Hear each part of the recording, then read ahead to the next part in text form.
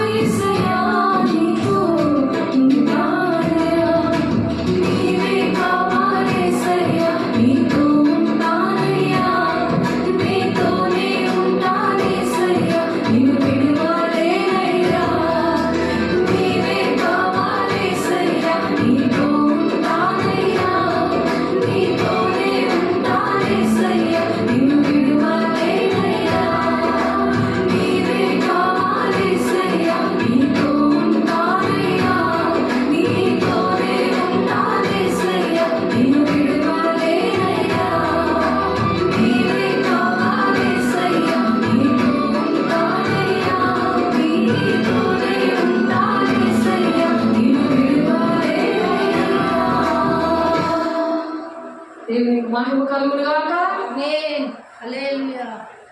వాక్యం చూద్దాము. దేవుడు మనకు కావాలి, ఆయనతోటే ఉండాలి. నా ప్రాణప్రియుడ మహనీయుడ నా యేసయ్య నీతోనే ఉంటానయ్యా అని దేవుని మహింపరుచుకున్నాము. అందరి బట్టి దేవునికి కోట్లాది వందనాలు స్తోత్రాలు చెల్లిస్తూ మరి దేవుని వాక్యంలో యుగాలు దేవునితో ఉండడానికి దేవుడు ఇష్టపడుతూ దేవుడు ఈ మాటలు మనతో మాట్లాడలాగా వాక్యం చదువుకుందాం. ఇప్పుడు కూడా మనము దేవునికి ఇష్టంగా ఉండడానికి మొదటిది ఏంటంటే దేవుని స్తుతించడం.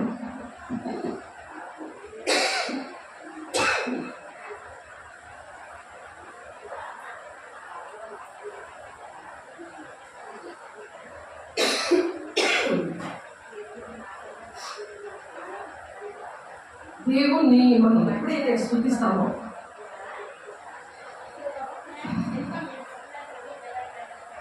దేవుడు మనల్ని ఎక్కువ ఇష్టపడతాడు. ఆత్మతోనూ సత్యంతోనూ ఆయన ఆరాధించమంటున్నారు, ఆయన ఆజ్ఞల కైకూలం అంటున్నారు. అది దేవునికి ఇష్టమైనది, ప్రధానమైన ఆజ్ఞ. రెండవదిగా నిన్ను వలె నీ పొరుగు వారిని ప్రేమించు అని చెప్తున్నారు. 10 ఆజ్ఞలు కలిపి 2 ఆజ్ఞలుగా దేవుడు చెప్పారు. అది మనం ఈ భూలోకంలో ఉంటూ మనము చేసినప్పుడు ఆయనతోనే మనం ఉంటాం. ఆయనలాగా మనము బ్రతుకుతాం. అందుకే 3.5 సంవత్సరాలు ఆయన భూలోకంలో అలాగా చూపించడానికి వచ్చారు. ఆయన అలా ఉండడానికి అది క్రియల ద్వారా చేసి చూపించారు. ఆయన మతం కులం భేదం లేకుండా అందరి కోసం కూడా ఆయన ప్రాణం పెట్టారు. అందుకని మనం అనుక్షణం కూడా యెహోవాని స్తుతించాలి. అది కీర్తనకారుడు మనకు చెప్తున్నారు. దావీదు భక్తుడు కీర్తనలు 112వ అధ్యాయము 1వ వచనం చూద్దాము.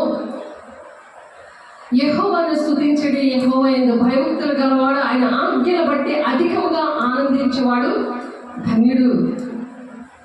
అధికంగా మనం ఆనందించాలి.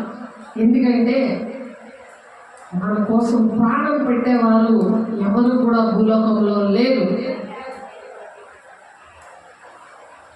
ఆయన ప్రాణ స్నేహితుడు, నా ప్రాణప్రియుడా అని మనం అంత ప్రియమైన వాణిగా ఆయన మనం ప్రేమించాలి. ప్రేమించినప్పుడే ఆయన ప్రేమించేవారు ఆయన ఆజ్ఞలు గైకొంటారు అని చెప్తున్నారు. అని దేవుడు వాక్యంలో మనం చదువుకుంటున్నాం. ఆయన ప్రేమించేవారా ఆయన ఆజ్ఞలు గైకొంటారు. ఆయన ఆజ్ఞలు బట్టి అధికముగా ఆనందించేవాడు ధన్యుడు. ఆ ధన్యుడు అన్నవాడు ఎక్కడుంటాడంటే, నీవే కావాలయ్యా, నీతోనే ఉంటానయ్యా, నీతోనే ఉంటానయ్యా, నిన్ను విడవలేనయ్యా అని చెప్పి ఆనందిస్తారనుకోండి. ఎన్ని ఆశలు ఆవిరైపోయినాయి భూలోకంలో, అవన్నీ పరలోక రాజ్యంలో నెరవేర్చబడతాయి. అందుకని ఆ ఆనందం ఉంటుంది. ఇక్కడ ఏవైతే ఆశలు మనం ఉండిపోయాయో అవన్నీ కూడా దేవుడు పరలోక రాజ్యంలో నెరవేర్చడానికి దేవుడు ఇష్టపడుతున్నాడు. ఇక్కడ నెరవేర్చబడలేదు అని దుఃఖపడుతున్నావేమో దేవుని బిడ్డ. ప్రతిదీ కూడా ఏది నష్టపోయామో ఇక్కడ ప్రతిదీ కూడా అక్కడ ఇవ్వడానికి దేవుడు ఇష్టపడుతున్నాడు. అందుకని ఆయన ఆజ్ఞలు బట్టి అధికంగా ఆనందించేవాడు ధన్యుడు. ఆ ధన్యత్వం ఎప్పుడు వస్తుందంటే యెహోవాను స్తుతించినప్పుడు. కష్టంలోనైనా సుఖంలోనైనా ఎటువంటి పరిస్థితుల్లోనైనా ఆయన్ని స్తుతించాలి, ఆయన ఆరాధించాలి, ఆయన ప్రేమించాలి. ఎంత మన బ్రతుకు భారమైపోయినా సరే, ఎన్ని శ్రమలు శోధించినా సరే, మన ప్రాణం పోయేంత వరకు కూడా మనం దేవుడితో ఒక్క మాట చెప్పాలి, నీతోనే ఉంటానయ్యా నేను అని చెప్పడానికి మనం ప్రతి ఒక్కరూ కూడా తుది శ్వాస వరకు కూడా నీతోనే ఉంటానయ్యా అని దేవుని దగ్గర చెప్పగలగడానికి ఆ ధైర్యం ఎప్పుడు వస్తుందంటే, ఆయన ఆజ్ఞలను బట్టి అధికముగా ఎప్పుడైతే మనం ఆనందిస్తామో, ఆయన ఎప్పుడైతే యెహోవాను స్తుతిస్తామో, యెహోవాను భయభక్తులు కలిగి ఉంటామో, అప్పుడు నీతోనే ఉంటానే అని చెప్తాం. లేకపోతే మా ఆయన లేకపోతే నేను ఉండలేను, నా పిల్లలు లేకపోతే నేను ఉండలేను, నాకు ఇల్లు లేకపోతే ఉండలేను, నేను పెళ్లి చేసుకోలేకపోతే ఉండలేను, అది తినలేకపోతే నేను ఉండలేను, అది తాగలేకపోతే నేను ఉండలేను అంటారు. భూ సంబంధమైనవి వెతకద్దు అంటున్నాడు. పరలోక సంబంధమైనవి వెతికినప్పుడు పరలోక రాజ్యంలో యుగాలు ఉండడానికి దేవుడు ఇష్టపడే దేవుడు ఈ మాటలు మనతో మాట్లాడుతున్నారు. దేవుడు కూడా ఒకసారి ఆలోచించు, ఏ స్థితిలో ఉన్నామో. అందుకనే కీర్తనకారుడు మరి 111వ కీర్తన 1వ వచనంలో కూడా యెహోవాను స్తుతించడి, యథార్థవంతుల సభలోను సమాజంలోను పూర్ణ హృదయముతో నేను యెహోవాకు కృతజ్ఞతాస్తుతులు చెల్లించదను. అసలు ఎన్ని మేలు చేసినా సరే కృతజ్ఞతాస్తుతులు చెల్లించరు. ఒక కృతజ్ఞత మీటింగ్ పెట్టుకోరు, ఏమి పుట్టినరోజులు చేసుకుంటారు, ఇట్లా అనేకమైనవి చేసుకుంటారు. కానీ నాకు దేవుడు ఈ కార్యం చేశారు కాబట్టి నేను సాక్షిగా నేను ఇలా నిలబడుతున్నాను, దేవుడి గొప్ప దేవుడు అని ఆయన సాక్షిగా నిలబడి కృతజ్ఞతగా ఒక మీటింగ్ పెట్టుకోరు. ఏ స్థితిలో పడిపోయామో ఆ స్థితిలోనే దేవుడు తన ప్రాణం పెట్టి మనల్ని లేపినప్పుడు ఆ స్థితి కోసము మర్చిపోయి మరలా బురద పందిలా అందులోనూ దొల్లి కుక్క తన వాంతి తిన్నట్టుగా అలాగా మనం ఉండకూడదు. అలా ఉంటే మాత్రం తుది శ్వాస వరకు నీతో ఉంటానయ్యా అని చెప్పలేము. పరిశుద్ధత లేకపోతే దేవునికి ఇష్టదేవుడిగా అసాధ్యము. విశ్వాసం లేకుండా విశ్వాసం ఎలా వస్తుంది? పరిశుద్ధత బట్టే విశ్వాసం వస్తుంది. విశ్వాసాన్ని బట్టి పశ్చాత్తాపం వస్తుంది, నిరీక్షణ వస్తుంది. సరి చేసుకున్నప్పుడు పరిశుద్ధత మళ్ళీ వస్తుంది. పశ్చాత్తాపం రాదు. కృతజ్ఞత ఉండకుండా దేవుడు ఎన్ని కార్యాలు చేసినా మనుషులు అయితే మర్చిపోరు, కానీ దేవుడు మాత్రం స్పీడ్గా మర్చిపోతారు. ఎందుకంటే ఆయన ప్రేమని చులకనగా తీసుకుంటున్నారు ప్రజలు. ఆయన క్షమించేస్తాడు, ప్రేమించేస్తాడు అని అనుకుంటున్నారు. కానీ ఆ టైం కూడా, ఆ కృపకాలం కూడా గడిచిపోయే దినాల్లో మనం ఉన్నాము. కాబట్టి మనము పరిశుద్ధతని సంపూర్తి చేసుకోవడానికి, క్రీస్తు శరీరం క్షేమాభివృద్ధి జరగడానికి అపోస్తలు, ప్రవక్తలు, ఉపదేశకులు, కాపర్లు, బోధకులు లేవాలి ఈ దినాల్లో. కాబట్టి యెహోవాను ప్రతి విషయంలో కూడా మనం స్తుతించాలి. యథార్థవంతుల సభలో స్తుతించమంటాడు దావీదు భక్తుడు. సమాజంలోని పూర్ణ హృదయంతో నేను యెహోవాకు కృతజ్ఞతాస్తుతులు చెల్లిస్తాను అంటున్నాడు. అలా కృతజ్ఞతాస్తుతులు మనం ఎల్లప్పుడూ కూడా చెల్లిస్తూ దుష్టుల ఆలోచనలో మనం నడవకుండా, పాపుల మార్గంలో నిలవకుండా మనం పరిశుద్ధతని కాపాడుకుంటూ ఉండాలి. అప్పుడే నీతో ఉంటానయ్యా అన్నమాట నెరవేర్పులోనికి వస్తుంది. పాట పాడుకున్నట్టు కాదు, కానీ అది నెరవేర్పు జరగాలి. యుగాలు దేవునితో ఉండాలి. 1000 ఏళ్ల పరిపాలన మనము కూడా పరిపాలన చేయాలి దేవునితో. మరి సింహాసనం దగ్గర ఆయన సింహాసనం దగ్గర కూర్చుండబెడతారు అంటున్నాడు ఆయన. జయించు వాడిని, నా సింహాసనము నా పక్కన నేను కూర్చోబెడతాను అంటున్నాడు ఆయన. జయం అనేది రావాలి భూ సంబంధమైన విషయాలు. యెహోవా ధర్మశాస్త్రం ఆనందించు దివారాత్రులు దాన్ని ధ్యానించేవాడే ఆ ధన్యత్వముని పొందుకుంటాడు. కీర్తనకారుడు చెప్తాడు, మీకు అందరికి చిన్నప్పుడు కంఠస్థ వాక్యం మీద కీర్తనలు 1:1, 2 చెప్తా ఉంటాడు. కాబట్టి నా దేవా నీ చిత్తము నెరవేర్చిన నాకు సంతోషము, నీ ధర్మశాస్త్రం అంతర్యములో ఉన్నది అంటున్నాడు దావీదు భక్తుడు. తప్పు చేశాడు, పశ్చాత్తాపడ్డాడు, పరుపు తేలిపోయినా ఏడ్చాడు. మరి ఆయన మందిరంలో ఒక దినము గడుట 1000 దినముల కంటే శ్రేష్టము ఆయన ఆవరణంలో అని చెప్పాడు. ఆయన ఆవరణంలో, మరి ఆవరణం కాకుండా దేవుని దేహం అనే దేవుని ఆలయంలో మనం ఉంటే, ఆలయంలో మనం ఉన్నప్పుడు దేహము దేవుని ఆలయంగా తేలవుతుంది. మనం ఎక్కడ నిలబడ్డా సరే దేవుని బిడ్డలకి మా దేవుని యొక్క సాక్ష్యము, మరి కృతజ్ఞత సాక్ష్యము, మరి దేవుడు మనల్ని వెలిగించినప్పుడు ఆ విషయాలు వాళ్ళకి వివరించి చెప్తూ బుద్ధిమంతులు అయితే అలా చెప్తారట. ఆకాశంలో జ్యోతుల ప్రకాశిస్తూ ఉంటారట, ఆయన మార్గంలో నడిపిస్తా ఆ విధంగా చేస్తారట. కీర్తన 48లో నా దేవా నీ చిత్తము నెరవేర్చుట, అది ఆయన చిత్తము. బుద్ధిమంతులైతే దానియేలు భక్తుడు చెప్తాడు, బుద్ధిమంతులైతే ఎంతమంది అయితే తన మార్గంలో దేవుని మార్గంలో నడిపిస్తారో, దేవుని మార్గంలో తుది శ్వాస వరకు నీతోనే ఉంటానయ్యా అని చెప్పగలము. అప్పుడు ఎటువంటి కన్నీరు సముద్రమైపోయిన, తుఫాను అలలే చెలరైన, తుఫాను అయితే శ్రమలు నలిగిపోతున్నా నాతో ఉన్నా, అప్పుడు దేవుడు ఎలాంటి శ్రమ వచ్చినా సరే దేవుడు నాతో ఉన్నాడు అని ఒక ధైర్యం ఉండాలి. గురి ఎందుకే నేను పరిగెడుతున్నాను అంటాడు పౌలు. అందుకే ప్రాణం పోయేంత వరకు నీతోనే అయ్యా నా జీవితం అని చెప్పి ఆయన వైపు మనం చూస్తాం, మరి మనుషుల వైపు చూడము. మనుషులు నమ్మటి కంటే, రాజులు నమ్మటి కంటే యెహోవాను ఆశ్రయించిన మేలు వరకు ఏ మేలు కొదువేం దగ్గర అని. అందుకే దావీదు భక్తుడు చెప్పాడు, తుది శ్వాస వరకు నేను నీతోనే ఉంటానయ్యా అని చెప్పగలను. ఎందుకంటే నీ ధర్మశాస్త్రము నా ఆంతర్యంలో ఉన్నది. అలాగా మనమే ధర్మశాస్త్రమైనట్టు ఉండాలి.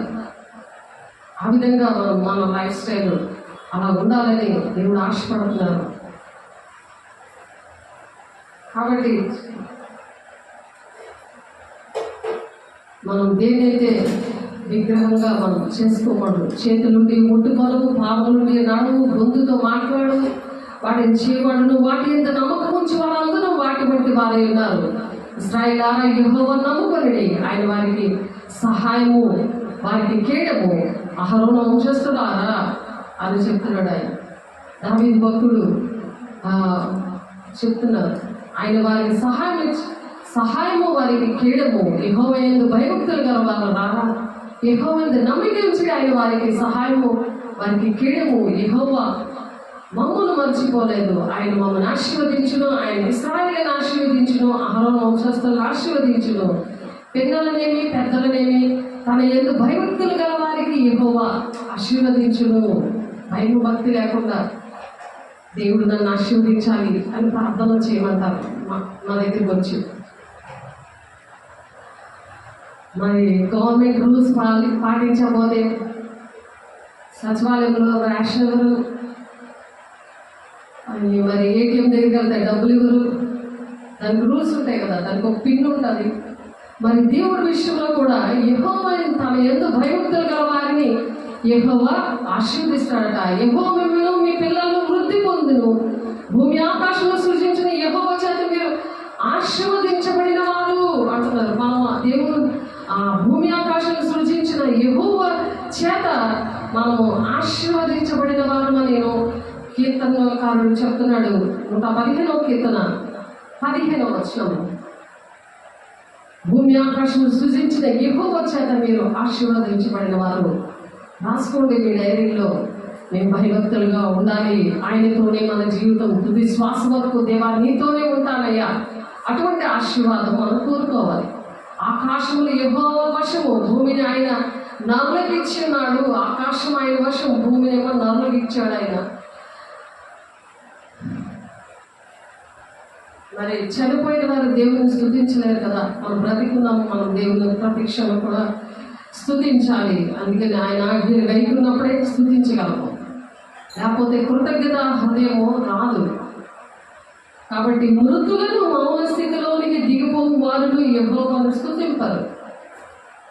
మౌన స్థితిలో ఉంటారు, స్తుతించకుండా చాలా మంది మౌనంగా ఉంటారు. పాట పాడుతున్నప్పుడు కనీసం పలకరు, అలా మోగోళ్ళ కూర్చుంటారు. వాళ్ళు ఏంటంటే చనిపోయేవారు అనమాట. బ్రతికుండి కూడా చచ్చిపోయినట్టే, నువ్వు బ్రతికున్నావు వేస్టే అని అంటారు కదా, నువ్వు ఉన్న ఒకటే లేకపోయిన ఒకటే అంటారు కదా. వాళ్ళ కోసం చెప్తున్నారు 17వ వచనంలో, మృతులను మౌన స్థితిలోనికి దిగిపోవు వారు యెహోవాను స్తుతింపరు. చచ్చిపోయినాడు మాట్లాడగలరా? అలాగే బతికుంటే కూడా కృతజ్ఞత లేని వారు, దేవుడు ఎన్నో కార్యాలు చేసినా ఇంకా నాకు ఇది చేయలేదు అది చేయలేదని శరీరానుసారమైన ప్రార్థనలే చేయించుకుంటా ఉంటారు. పోనీ ఇలా ఉంటే నువ్వు ఇలా బాగుంటావమ్మా అని చెప్పినా వినరు. ఇదిగో వాక్యం మీద చెప్తుంది, ఇది సరి చేసుకుని ప్రార్థన చేస్తే దేవుడు కంపల్సరీగా నీకు చేస్తాడు అని చెప్పినా వినరు. చేతులేసి ప్రార్థన చేసి మరి వారి పాపములు తిమోతి అంటాడు, తిమోతి పత్రికలో ఉన్నది ఏంటంటే, త్వరపడి హస్తనిక్షేపం నుంచి హస్తాన్ని నిక్షేపణము చేయకు, పరులు పాపముల్లో నువ్వు పాడి భాగస్తుడు అవ్వద్దు అంటున్నాడు. అంటే చేతులేసి ప్రార్థన చేస్తే వాళ్ళు ఉన్న పాపాలన్నీ నా బాడులోకి వెళ్తాయి. నేను చేస్తే ఎవరు చేస్తే వాళ్ళలోకి వెళ్తాయి. అలా ప్రేమించినా సరే వినట్లే, నోరు రావట్లేదు ఆయన స్థుతించడానికి. కృతజ్ఞత పూర్వకంగా మీ విన్నపాన్ని తెలియచేయడానికి రావట్లేదు, కృతజ్ఞత ఉండట్లేదు. దేవుడు చేసిన కార్యాలకి ఆయన స్థుతించలేకపోతున్నారు, ఆయన ఆజ్ఞలు పాటించలేకపోతున్నారు. మేమైతే ఇది మొదలుకొని నిత్యము యెహోవాను స్థుతించదము, యెహోవాను స్థుతించుడి అని ఒక సాక్షిగా మనం ఉండాలి. ఇక్కడ దావీదు భక్తుడు ఏ విధంగా అయితే తన సాక్ష్యం చెప్తున్నాడో 18వ వచనం, మేమైతే ఇది మొదలుకొని నిత్యమే యెహోవాను స్థుతించదము, యెహోవాను స్థుతించుడి అంటున్నాడు నా ప్రాణప్రియుడా అని చెప్పి మనం ఇప్పుడు మహనీయుడా నా యేసయ్య నీతో ఉంటానయ్యా అని చెప్పి మనం స్థుతించాం. నీవే కావాలేసయ్యా, నీతో ఉంటానయ్యా, నీతోనే ఉంటానయ్యా, నిన్ను విడవలేదయ్యా అని చెప్పగలిగి ఉండాలి. కార్యాలు అవ్వగానే సేవకులకి దేవుడికి హాయ్ బాయ్ చెప్తున్నారు. అదే 32 కొరడా దెబ్బలు కొట్టడం వేసే అనుక్షణము దేవుని ఏ విధంగా సిలువ వేస్తున్నాం అది మనం రోజు కూడా చెక్ చేసుకోవాలి. అంతవరకు సహించేవాడే రక్షణ పొందుకుంటారని అందుకే చెప్పారు. రక్షణ అనేది అంతవరకు కూడా సహించేవాడే పొందుకుంటాడట. మరి యెషయా గ్రంథంలో కూడా 45:22 భూది గంతముల నివాసులారా నా వైపు చూచి రక్షణ పొందుడి. ఆయన చూడాలి, ఆయన కోసము, ఆయన మన కోసం మన రక్షణ అంటే మన పాపక్షమాపణ రావాలని ప్రతి మానవాళి కోసం కూడా, ప్రతి వ్యక్తి కోసం కూడా పరిశుద్ధత కోసం, వాళ్ళకి పాపక్షమాపణ, మనకి పాపక్షమం రావాలని, మనకి రక్షణ రావాలని ఆయన దేవుడిని నేనే ఏ దేవుడును లేడు అని చెప్తున్నారు. యెషయా గారు ప్రవచిస్తున్నారు 45వ వచనంలో 22వ వచనంలో భూదిగంత నివాసులారా అని చెప్పి. ఆలోచించండి, రక్షణ మనకి వచ్చిందా? ఆయన మనకి రక్షణ ఇచ్చాడు కదా, అది పోగొట్టుకోకుండా జాగ్రత్తగా ఆ పరిశుద్ధతని కాపాడుకోవాలి. ఆ కృతజ్ఞతాపూర్వకంగా దేవుడికి విన్నపాలు తెలియచేసే ముందు ఆయన స్తుతించాలి, ఆయన స్తుతించాలి, ఆయన మహిమపరచాలి.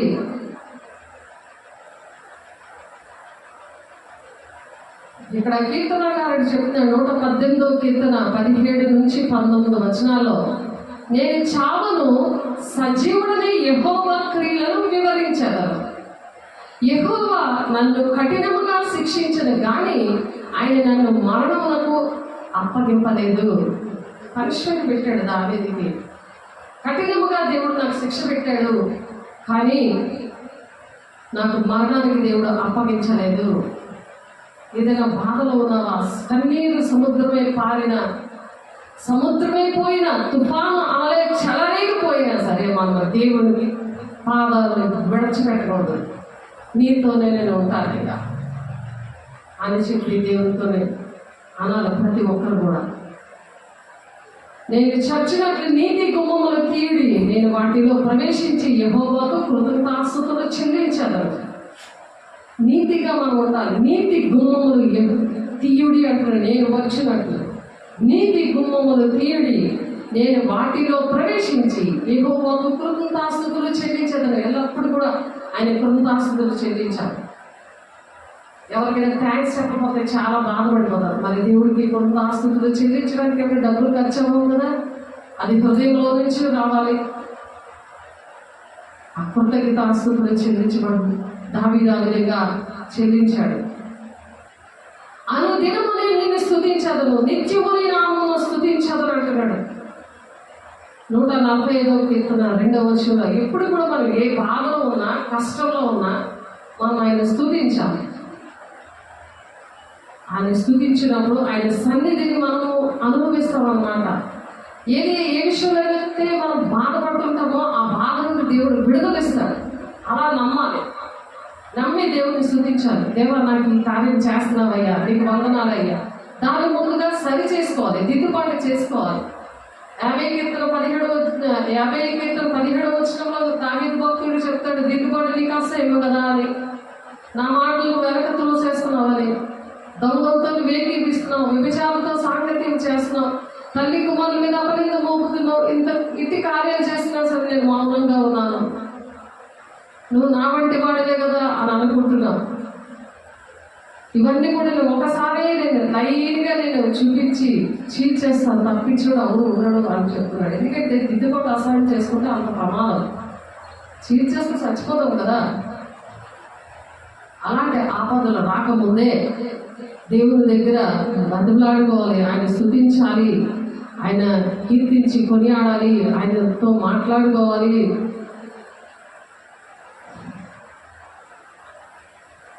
శరీరులందరూ ఆయన పరిశుద్ధ నామం నిత్యము సన్నుతించుదురు. శరీరులందరూ, శరీరం ఎవరికైతే ఉంటుందో దెయ్యానికి ఉండదు కదా, మనుషులుగా శరీరం ఉండదు. ఆ శరీరులందరూ ఆయన పరిశుద్ధ నామమును నిత్యము సన్నుతించగలరు. అలా సన్నుతించుదురు గాక అని చెప్తున్నాడు. తను సన్నుతిస్తున్నాడు, ఇంకొకరు చెప్తున్నాడు అలా సన్నుతించుదురు గాక. మీరందరూ కూడా యేసునామములో ఆయన్ని సన్నుతించుదురు గాక. 145వ కీర్తన 21వ వచనంలో చెప్తున్నారు, ఎట్లనగా దేవుడు జ్ఞానబలము కలవాడు, యుగములన్నిటిలో దేవుని నామము స్తుతి నొందదగినది. స్తుతి నొందును గాక. యుగములు కూడా, యుగాలన్నీ ఇప్పుడు ఎన్ని యుగాలు అయితే జరిగాయో అవన్నీ యుగాలు కూడా స్తుతి నొందును గాక అని దానియేలు గారు ప్రవచిస్తున్నారు. 2వ అధ్యాయం, దానియేలు 2వ అధ్యాయం 20వ వచనంలో, ఎట్లనగా దేవుడు జ్ఞాన బలములు కలవాడు. జ్ఞానము బలము అది మనకిస్తాడు, ఆ జ్ఞానం మనకిస్తాడు. ఎందుకు స్తుతించాలి, నాకు ఇలా జరిగింది అనేది సాతానుగడు జ్ఞానం. భూ సంబంధమైన వెతుక్కుంటే నీకు అటువంటి జ్ఞానం వస్తుంది. దేవుణ్ణి దూషించినట్టు, దేవుని కృతజ్ఞత లేకుండా నా పరిస్థితి ఏంటి, నా కొడుకు ఎలాగున్నాడు, నా తల్లి ఎలాగున్నది, నా తండ్రి ఎలాగున్నాడు, నా ఉద్యోగం ఎలాగుంది, ఎన్ని ఇచ్చినా సరే అలాగా అనుకుంటాడు. అలాగంతా అలా అనకుండా దేవుణ్ణి ప్రతి నామము కూడా ఆయన స్తుతించాలి అని చెప్తున్నారు దానియేలు గారు. మరి ప్రకటన గ్రంథంలో మరి 5:13లోని, మరి దానియేలు 2:20లోని, మన కీర్తన గ్రంథంలో ఇది మొదలుకొని ఎల్ల కాలము యెహోవా నామము సన్నిధింపబడుగాక అని చెప్తున్నారు. ఎందుకంటే మనం అలా స్తుతించినప్పుడు, కీర్తించినప్పుడు, కొనియాడినప్పుడు మరి దేవుని రక్షణ అనేది దేవుడు మనకి అనుగ్రహిస్తాడు. ఎందుకంటే ఆ విధంగా మనము రక్షణ అనేది మనం తెలుసుకున్నప్పుడు, ఆ రక్షణ కంచె అనేది మనం ఉన్నప్పుడు మనం సేఫ్గా మనం ఉండగలం. మనుషులు ఎంత సేఫ్టీ పెట్టినా అది జరగని పని. ఎందుకంటే యెహోవా ఇల్లు కట్టించని ఎడల కట్టువారి ప్రయాసం వ్యర్థము అనుంది వాక్యం. యెహోవా మరి పట్టణాన్ని కాపాడని ఎడల కావలి కాయవారు ప్రయాసం కూడా వ్యర్థమే అని చెప్తున్నారు. కాబట్టి మనము దేవుడు వచ్చే రాకడ సూచనలో అన్నీ కూడా జరుగుతున్నాయి కాబట్టి అనేకమైన విషయాలు మీరు మరి చూస్తున్నారు. కాబట్టి మరి ఆ రాకడ సూచనలో మనకు శ్రమలు వచ్చినా సరే, ఏమొచ్చినా సరే మనల్ని దేవుడిని స్తుతించాలి. అప్పుడు జ్ఞానేంద్రియాలు తెరవబడతాయి, ప్రతి విషయం కూడా చక్కగా అర్థమవుతాయి, దేవుని సన్నిధిని మనం అనుభవించగలము.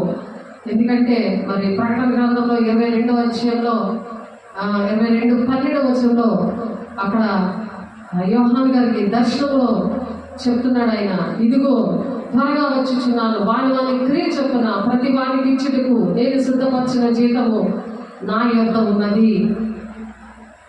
మనం మంచిగా ఉంటే మంచి జరుగుతుంది, చెడుగా ఉంటే చెడు జరుగుతుంది. అంటే పరలోక రాజ్యము, నరకము, ఏది కావాలో మనమే సెలెక్ట్ చేసుకోవాలి. ఆశీర్వాదము, శాపము రెండు కూడా ఉన్నాయి. ద్వితీయోపదేశకాండం 28వ వచనంలో 1-14 వచనాలు అన్నీ కూడా ఆశీర్వాదాలే.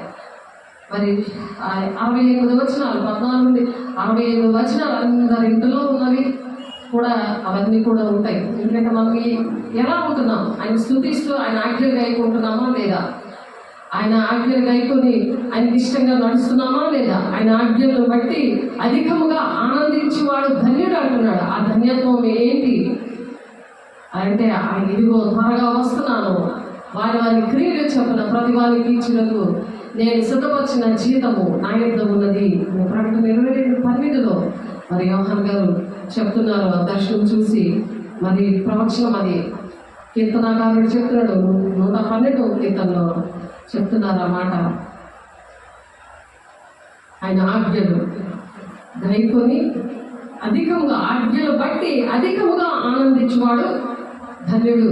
అధికముగా ఆయన ఆజ్ఞలు బట్టి మనం అధికంగా ఆనందించాలి. ఏడడం కాదు, ఆజ్ఞలు గైకోవడానికి ఏడకూడదు, ఆనందించబడుతున్నారు ఇక్కడ. యెహోవాను భయభక్తులు కలిగి ఆయన్ని అలా ఆనందించాలంట. యెహోవాను ఆ విధంగా స్తుతించాలంట. కాబట్టి మత్తయి సువార్త 16:27 మనుష్య కుమారుడు తన తండ్రి మహిమ గలవాడే తన దూతలతో కూడా రాబోచున్నాడు. అప్పుడు ఆయన ఎవరి క్రియలు చెప్పిన వారికి ప్రతిఫలం ఇస్తాడంట. అందుకని యెహోవాను స్తుతించాలి. ఆయన ఆజ్ఞలు గైకుంటూ, ఆ ఆజ్ఞలు మరి గైకున్నప్పుడు ఆ ఆనందం అనేది ఆ మనిషిలో ఉంటుంది. ఎటువంటి శ్రమ వచ్చినా సరే ఆనందం అనేది ఉంటుంది. ఆయనతోనే మనం ఉంటామని చెప్పగలము. దేవా నీతోనే నేను ఉంటానయ్యా, ఎటువంటి శ్రమ ఉన్నా నువ్వు ఉన్నావు కాబట్టి నాకు పర్వాలేదయ్యా అనే ధైర్యం కలిగి మనం ఈ అంచె దినాల్లో ఉండాలని దేవుడు ఆశపడుతూ దేవుడు మనతో మాట్లాడుతున్నాడు. అలాగే యెషయా గారు ప్రవచిస్తున్నారు. ఏంటంటే 3వ అధ్యాయము 10-11 మీకు మేలు కలిగిన నీతి మంతులుగా చెప్పుము, వారు తమ క్రియల ఫలము అనుభవింతురు.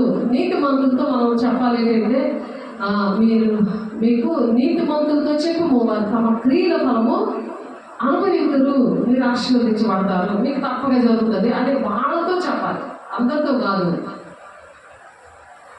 ఎప్పుడైతే వాళ్ళు సరి చేసుకుంటారో అప్పుడు వాళ్ళ కోసం ఆ విధంగా చెప్పి మనం ప్రార్థన చేయగలిగినట్టు ఉండాలి. దుష్టులకు శ్రమ, వారి క్రియల ఫలం వారికి కలుగును. దుష్టులతో ఆశీర్వాదం ఎలాగొస్తుంది? రైస్ కార్డ్ లేకుండా నీకు రాష్ట్ర స్థలం అని అంటే ఎంత అసహ్యం ఉంటుంది. అది అక్రమం కదా, క్రమం కాదు కదా. అక్రమం చేయవల పొండి అంటాడు. ఆ విధంగా మరి దుష్టులకి శ్రమ చెప్పకుండా దుష్టులను కూడా చూసి నువ్వు ఆశీర్వదిస్తాడు, నేను దీవిస్తాడని అనొచ్చా మనం? తప్పు కదా, అది క్రమం కాదు కదా. అటువంటి ప్రార్థనలు చేయకూడదు కదా. వారి క్రియల ఫలము వారికి కలుగును అంటున్నారు యెషయా గారు 3వ అధ్యాయం 10-11 కాబట్టి మనం ఆ విధంగా సిద్ధపడాలి. లేకపోతే వారి క్రియలు చెప్పున సిద్ధపరిచిన జీతము నా యొద్ద ఉన్నది అంటున్నాడు దేవుడు. శరీరంలో చంపడానికి మీరు భయపడకూడదు, కానీ ఆత్మను శరీరమును అగ్నిలో పడవేయడానికి మనం భయపడాలి. ఎందుకంటే యుగాలు దేవుడితో నీతోనే ఉంటానయ్యా, నువ్వే నాకు కావాలయ్యా, నిన్ను వదిలి ఉండలేనయ్యా, నా ప్రాణ ప్రియుడని మనం పాడుకుని ఆయన ఆరాధించాము. ఆయన మనతో మాట్లాడుతున్నారు. అందుకే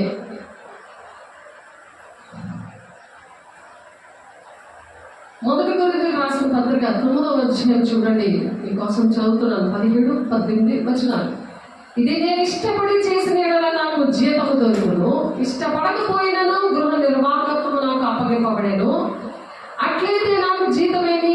నేను సువార్త ప్రకటించినప్పుడు సువార్త యందు నాకున్న అధికారమును పూర్ణముగా వినియోగపరచుకోకుండా సువార్తను ఉచితముగా ప్రకటించడే నా జీతము. సంపూర్ణంగా సువార్తను ప్రకటించాలి.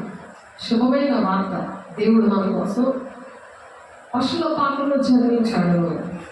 ఆ మహిమనంతా తనకున్న మహిమనంతని విడిచిపెట్టి తండ్రి చిత్తాన్ని నెరవేర్చడానికి తండ్రికి విధేయత చూపించి నేను వెళ్తాను. మనిషి తప్పు చేస్తే ఆ తప్పుకి మనిషే బలైపోవాలి, ఆ బలియాగం నేను అర్పించి వారికి పాపక్షమాపణిస్తాను, వాళ్ళ పాపములకి పరిహారంగా నేను బలైపోతాను అని గొర్రె పిల్లగా ఆయన వచ్చారు. బతక తేపడిన గొర్రె పిల్లని వచ్చి కత్తిరించి వారి దగ్గరట మౌనంగా ఉన్నట్టు ఆయన మౌనంగా ఉంటే తప్పు చేశారని అనుకుంటున్నారు ప్రజలు. ఆయన అలా వచ్చాడు దీన మనసుతో.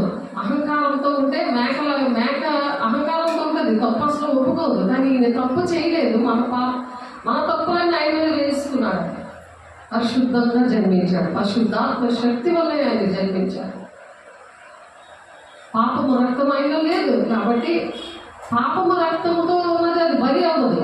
కాబట్టి పరిశుద్ధ రక్తం ద్వారానే పాపక్షమాపణ అని వేద గ్రంథాల్లో పెద్దలు రాశారు, భక్తులు. అట్లయితే నాకు జీతమేమి? నేను సువార్త ప్రకటించినప్పుడు ఆ సువార్త శుభవార్త అంటే అదనమాట. ఆ విధంగా ప్రకటన చేయాలి. ఆయన మరి ఆ పల్లెపై 3వ రోజు లేస్తాను అని చెప్పాడు ఆయన. అలాగే ఆయన మరలా పునరుత్థానుడయ్యాడు. ఆయన మనకు మరణం మీద జీవం ఇచ్చాడు. మనం కూడా అలాగే చనిపోయి మరి యుగాలు కూడా దేవునితో ఉంటాము, నీతోనే ఉంటానయ్యా అని చెప్పగలుగుతున్నాం పరిశుద్ధంగా ఉన్నప్పుడు. లేకపోతే రెండవ మరణం అంటే యుగాలు నరకం ఉండదు, మనకైతే మరణం ఉండదు. మనం కూడా ఒకవేళ ఆయన దేవుడు రెండవ రాకడలో రహస్య రాకడలో మనం ఎత్తబడతాం మనకి ఇక మరణమే ఉండదు. అది శుభవార్త అన్నమాట. ప్రకటించాలి. ఆయనతో యుగాలు ఉంటాము. నా ప్రాణ ప్రియుడా నీతోనే ఉంటానయ్యా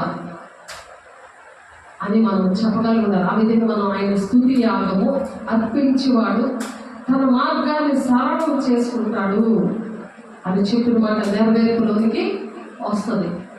కాబట్టి సువార్త ఉచితంగా ప్రకటించడే నా జీతము అంటే పరలోక రాజ్యము. ఆ జీతము వారి క్రియలు చెప్పిన జీతము నా యుద్ధం ఉన్నదని ప్రకటన 22:12 చెప్పారు కదా. ఆ జీతము ఎప్పుడైతే ఇటువంటి శుభవార్త మనం అందరికీ కూడా చెప్పామనుకోండి, చిన్న పెద్ద మతము కులము భేదము లేకుండా అందరూ కూడా దేవుని రాజ్యంలో ఉండాలి. ఎవ్వరు కూడా నరకానికి వెళ్ళకూడదు. ఆయన ఒక్కడే కదా ప్రాణం పెట్టారు.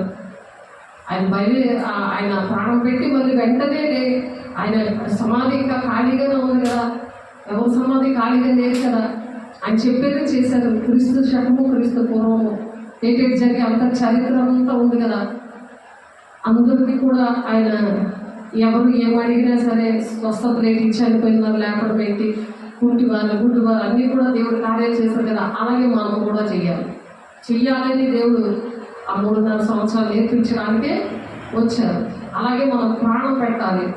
ప్రాణం పోయేంత వరకు కూడా నీవే కావాలయ్యా, నువ్వు నా తోడుంటే చాలయ్యా అని అన్నప్పుడు ఆయనలాగా క్రీస్తుకు కలిగిన సంపూర్ణత కలవార మగవరకు అన్ని విషయాల్లో మనం ఎదుగుతాము. రహస్య 4 వచ్చేలో కదా మాట. కాబట్టి ఇక్కడ జెఫన్యా గారు కూడా ఒక మాట చెప్తున్నారు. జెఫన్యా 1:14 యెహోవా మహాదినము సమీపమయ్యను, యెహోవా దినము సమీపమై అతి శీఘ్రంగా వచ్చుచున్నది, ఆలకించుడి యెహోవా దినము వచ్చుచున్నది, పరాక్రమశాలురు మహారోదనము చేయుదురు. పరాక్రమశాలులు ఎలా ఉంటారట? మహారోదనం చేస్తారు. దేవా నా బిడ్డలు నరకాలకు వెళ్ళిపోకూడదయ్యా, నా ఇరుగు పరుగు వారు నరకాలకు వెళ్ళిపోకూడదయ్యా, వాళ్ళు దర్శించి మాట్లాడండి.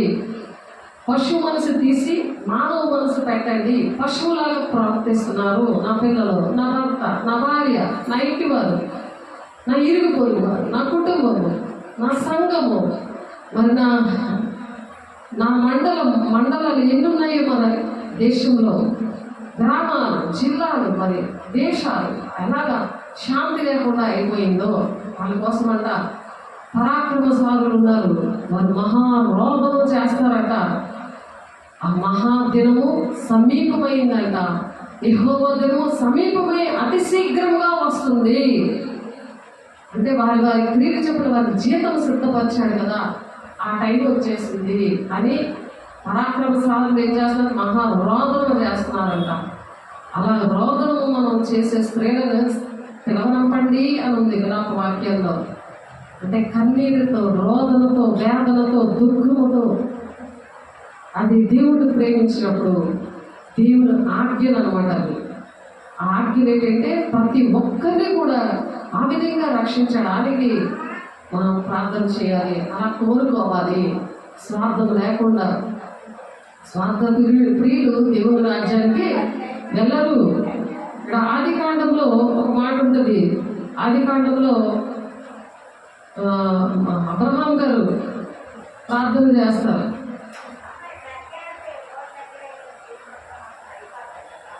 మరి అనేక మంది కోసం ప్రార్థన చేసినప్పుడు ఆది కాండం 20:17 అబ్రహాము దేవుని ప్రార్థింపగా దేవుడు అబీమెలెకును అతని భార్యను అతని దాసీలను బాగు చేశాడంట. ప్రార్థించాడు. వారి పిల్లలు కనిరి. అబ్రహాంకు అప్పుడు పిల్లలు లేరు, కానీ ఇతరుల కోసం మనం అలాగా ప్రార్థన చేస్తే ఏలనగా అబ్రహాము భార్య అయిన శారాను బట్టి దేవుడు అబీమెలెకును ఇంటిలో ప్రతి గర్భమును మూసి ఉండేను.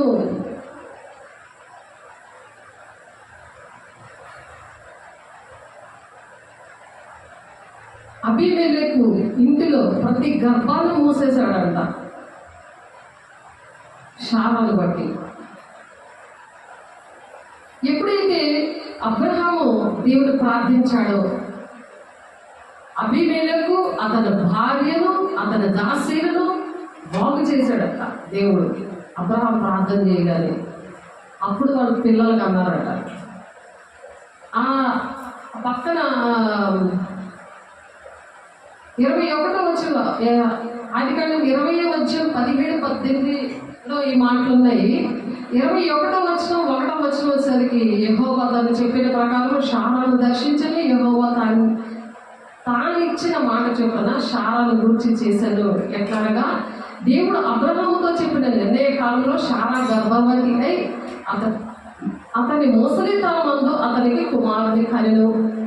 అప్పుడు అబ్రహాము తనకు పుట్టినవాడును తనకు శారా కనినవాడునైనా తన కుమారుడికి ఇస్సాకు అని పేరు పెట్టెను. ఎప్పుడైతే వృద్ధాప్యంలో మరి శారా ఎందుకు గర్భవతి అయిందంటే ఇక్కడ ఇతరుల కోసం ప్రార్థన చేశాడు అబ్రహాం. అలా మనం ఇతరుల కోసం మనం ప్రార్థన చేసినప్పుడు దేవుడు సహాయం చేసే దేవుడు. మనకి స్వార్థ ప్రార్థనలు చేయకూడదు.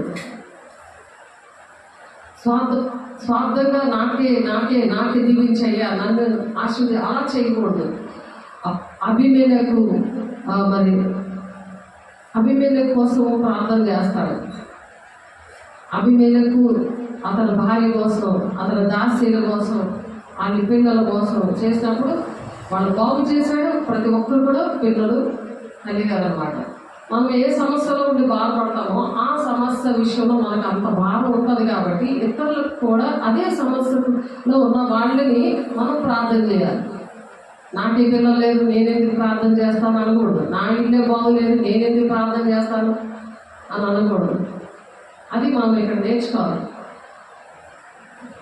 కాబట్టి పరాక్రమశాలులట మహారోదన చేశారట. అందరూ రక్షణ కోసం భూలోకం అంతా దేశమంతా రక్షణ పొందుకోవాలి, శాంతి సమాధానంతో ఉండాలి అని చెప్పి ఆ దినము ఉగ్రత దినము శ్రమయు ఉపద్రవము మహానాశనము కమ్ము దినము అంధకారము గాఢాంధకారము కమ్ము దినము మేఘములను గాఢాంధకారము కమ్ము దినము. ఆ దినమున ప్రాకారములు గల పట్టణం గల దగ్గరను ఎత్తైన గోపురముల దగ్గరను యుద్ధ ఘోషయు బాకా నాలుగులు వినబడను. జనులు యెహోవా దృష్టికి పాపము చేసిరి కనుక నేను వారి మీదికి ఉపద్రవము రప్పింపబోచున్నాను. వారి పుట్టి వారి వలె నడిచెదరు. వారి రక్తము దుమ్ము వలె కారును, వారి మాంసము పెంట వలె పారవేయబడను. అటువంటి పరిస్థితులు రాకుండా మహారోదనతో మనము ప్రార్థన చేయాలి. చాలా మందికి ఈ విషయాలు తెలియదు. స్వార్థపూరితమైన ప్రార్థనలు చేయకూడదు. భూ సంబంధమైన ప్రార్థనలు చేయకూడదు. పరలోక సంబంధమైన విషయాలు ప్రార్థన చేయాలి. శరీరానుసారమైన ప్రార్థన చేస్తారు. వాళ్ళు దేవుని సంస్పర్శపట్టలేరు. వారు ధర్మశాస్త్రం లోబడరు. వారు లోబడ నేరాలు అని. ఎందుకంటే శరీరానుసారమైన ప్రార్థనలు చేస్తారు. అందుకనే వాళ్ళకి ఆరోగ్యం కరెక్ట్గా ఉండదు. అటువంటి ప్రార్థనలు చేసినప్పుడు చూద్దాము. రోమా 8వ ఉంటుంది ఆ మాట. చాలాసార్లు చెప్పడం అయింది. ఒకసారి చూడండి ప్రార్థనలు ఎలా చేస్తున్నారో. ఎందుకంటే సంపూర్ణమైన భక్తి మాన్యతైన భక్తి కలిగి ఉండి మనుషులందరి కోసం, రాజుల కోసం ప్రార్థన చేయమంటున్నాడు దేవుడు. ఎందుకు చేయమంటున్నాడంటే మనం నెమ్మదిగాను సుఖముగాను బ్రతకాలంటే అదే దేవుని దృష్టికి అనుకూలమైనది. అవి దేవుని ఆజ్ఞల్లో మనం ఆనందించే విషయాలు, ఆయన స్తుతించే విషయాలు. అది అంశం మనం నేర్చుకుంటున్నాం. శరీరానుసారులు శరీర విషయముల మీద మనసునంతురు, ఆత్మానుసారులు ఆత్మ విషయముల మీద మనసునంతురు. ఇక్కడ రెండు శరీరానుసారులు ఉన్నారు, ఆత్మానుసారులు ఉన్నారు. శరీరానుసారమైన మనసట మరణం. అందుకనే బీపీ, షుగరు, హార్ట్ పేషెంట్లు, కాల్ పీకులు, తలపోట్లు ఇవన్నీ ఎందుకు వస్తాయంటే శరీరానుసారంగానే ఎప్పుడు కూడా ఆలోచించడము, అటువంటి ప్రార్థనలే చేయడము, అవి మానేయాలి. ఎందుకంటే ఇంతమంది మరి యెహోవా దృష్టికి పాపం చేశారు కనుక నేను వారి మీదకి ఉపద్రవం రప్పింపబోచున్నాను అంటున్నాడు. ఇక్కడ జెఫన్యా ప్రవచిస్తున్నాడు ఆ 17వ వచనంలో. జనులు యెహోవా దృష్టికి పాపం చేసిన కనుక నేను వారి మీదకి ఉపద్రవము రప్పింపబోచున్నాను. వారు గుడ్డి వారి వలె నడిచెదరు, వారి రక్తము దుమ్ము వలె కారును, వారి మాంసము పెంట వలె పారవేయబడును. యెహోవా ఉగ్రత దినమున తమ వెండి బంగారముల వారిని తప్పింపలేకపోవును. రోషాగ్ని చేత భూమి అంతయు దహింపబడును. హఠాత్తుగా ఆయన భూనివాసులను అందరినీ సర్వనాశము చేయబోచున్నాడు. ఎందుకంటే ఆయన ప్రాణం పెట్టాడు కదా, ప్రాణ ప్రియుడిగా ప్రేమించాడు కదా మనల్ని. పెళ్లి కుమార్తె సంఘంగా సిద్ధపడకుండా ఇంకా లోక సంబంధమైనవే ఆశపడుతూ, భూ సంబంధమైనవే వెతుక్కుంటూ, ఆనాడు నోవహు దినాల్లో ఎలాగైతే చెప్తుంటే వినకుండా, నోవహు మాట వినకుండా తన కుటుంబం మాత్రమే రక్షించబడ్డారు. అందరూ జల ప్రళయంలో సర్వనాశనం అయిపోయారు. కాబట్టి ఏమైనా శరీరానుసారమైన మనసు దేవునికి విరోధమైనది. ఆ విరోధమే ఈ ఉగ్రతకి స్థానం ఇచ్చింది. కాబట్టి ఎలా ప్రార్థన చేస్తున్నారో మరి మనం జ్ఞాపకం చేసుకుందాం, వాళ్ళని సరిచేద్దాం. శరీరానుసారమైన మనసు దేవునికి విరోధమైనది. అది దేవుని ధర్మశాస్త్రంలో లోబడదు, ఏమాత్రము లోబడనేరదు. ఆజ్ఞలు పాటించరాదు, వింటారంతే.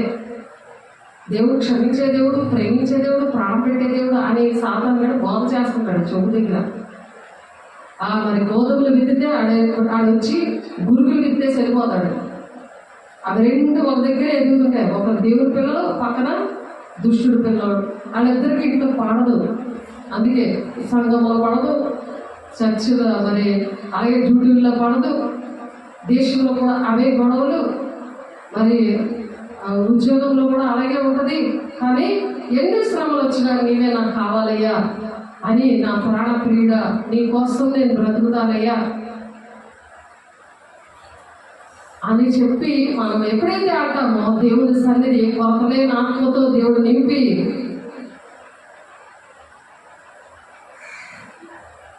మోకాళ్ళలోతు సరిపోదు, నడుములోతు సరిపోదు, ఈదలేనంతగా అని నింపమని అడగాలి. ఈద లేకుండా మనం అలాగా ఆ ఆత్మతో మనం నింపబడి ఆ శ్రమలను తట్టుకోనే శక్తిని దేవుని అడగాలి. పరిశుద్ధాత్ముడా కొరతలేని ఆత్మతో నింపు, దగ్గరగా నన్నెరుగుటకు నాకంటూ ఎవరు లేరు, నీ సన్నిధానం ఉంటే చాలయ్యా. ఆత్మలో చేరదీయుటకు నాకంటూ ఎవరు లేరు, నీ సన్నిధి ఉంటే నాకు చాలయ్యా. నన్ను దూరం చేయకు, నిత్యం నా దగ్గరుండు, నా ఆత్మకు మంచి స్నేహితుడా.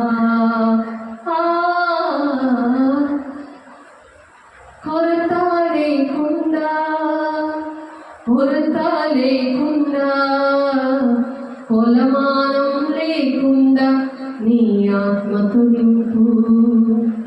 ప్రతి క్షణం కూడా మనం అలా అడగాలి. అడిగినప్పుడు ధర్మశాస్త్రాన్ని మనం లోపడతాం. ఆయన ఆజ్ఞలు పాటించే ధన్యత మనకు దేవుడు ఇస్తాడు. మనుషులు ఇచ్చేది కాదది. మనుషుల్ని అందుకే నమ్మటి కంటే, రాజులు నమ్మటి కంటే యెహోవాను ఆశ్రయించడం అంటే యెహోవాను ఎప్పుడు కూడా స్తుతించాలి.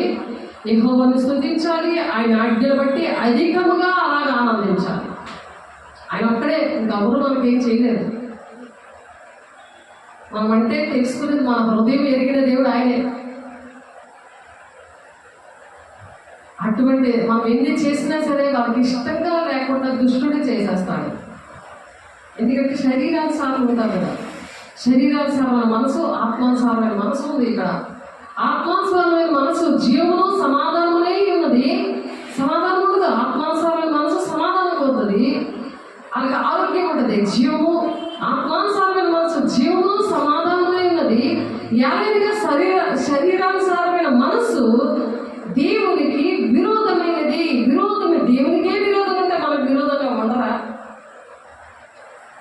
దగ్గరగా నన్నెరుగుటకు నాకంటూ ఎవరు లేరు, నీ సన్నిధి నిత్యం ఉంటే చాలయ్యా.